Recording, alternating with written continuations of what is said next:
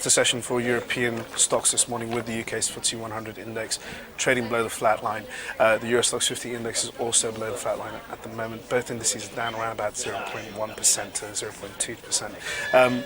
In the currency space, the euro is ticking a little lower against the dollar, giving up some of its strength. While in peripheral bond markets, both Spanish and Italian bond yields are creeping a little higher, with the Spanish 10-year now at 5.2%. Good morning, I'm Ishaq Siddiqi, and welcome to another daily market bite. It's Monday, it's a fresh week, we've got a lot going on. In terms of what we've got going on today, very thin on the ground with news in terms of macro and corporate earnings. When it comes to the big story of today, it's Spain. We've had allegations against the Spanish government, particularly Mariano Rajoy, the Spanish PM, about alleged cash that he's been receiving, which was corrupt, and it's caused a bit of a scandal. That's prompted a bout of protests across Spain and major cities such as Barcelona and Madrid, and has pushed the Spanish 10-year bond yield a little higher at the moment, as political risk seeps into markets, given the fact that if we do see a removal of the Spanish PM, we are going to see more jitters about where Spain is heading, given its fragile state. That's also the same case for Italy. We have looming elections. So at the moment right now, political risk seems to be the main worry for markets going into this week. At the same time, from Spain, we've had the Spanish unemployment numbers spike up as well. It's up 2.7%. Again, a sign that Spain's economy is struggling. It's going to struggle for a while, and this country is finding it very difficult to stem the decline in its jobs market. Now, like I said, news is very thin on the ground. There's not much going on in terms of European economic data.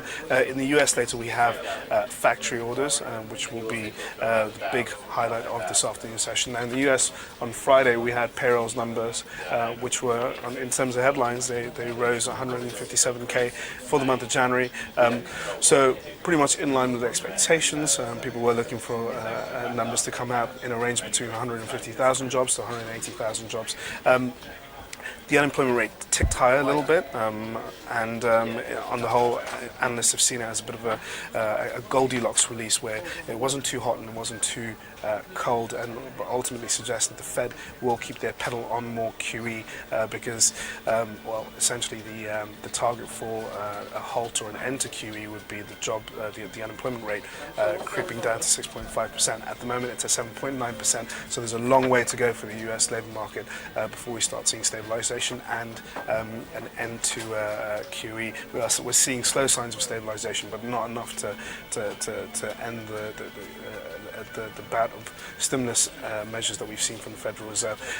So that's been broadly risk positive, and has helped Asian markets overnight. But coming into Europe, we've had our own issues, particularly with Spain in this case. And going into the rest of the week, the big focus is going to be on the European Central Bank's policy meeting.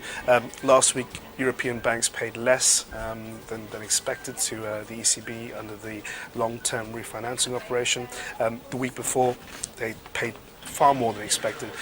So now concerns are that the European banking sector is probably not as healthy as we thought earlier on,